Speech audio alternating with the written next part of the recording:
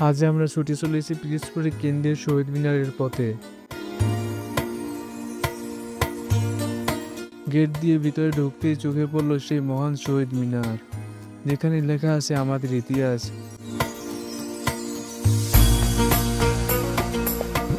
শহীদ মিনারের পাশে রয়েছে একটি শান্ত পুকুর। পুকুরের জলে ভেসে উঠেছে মিনারের প্রতিফলন, আর ঠিক সেই জলের উপরে দেখা মিলল পিরোজপুরের সবচেয়ে বড় মসজিদ। একদম মনোমুগ্ধকর স্থাপত্য ভরা এক দৃষ্টিনন্দন দৃশ্য।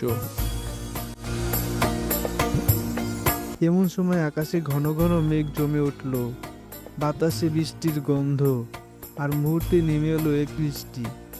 বৃষ্টির ফোঁটায় পুকুরের জল কাঁপতে লাগলো, মিনার আর মসজিদের প্রতিবিম্ব যেন জীবন্ত হয়ে উঠল। পুরো দৃশ্য এমন লাগছিল প্রকৃতি নিজেই শহীদদের প্রতি শ্রদ্ধা জানাচ্ছে। ঠিক তখনই মসজিদ থেকে ভেসে এলো জোহরের আজানের সুর।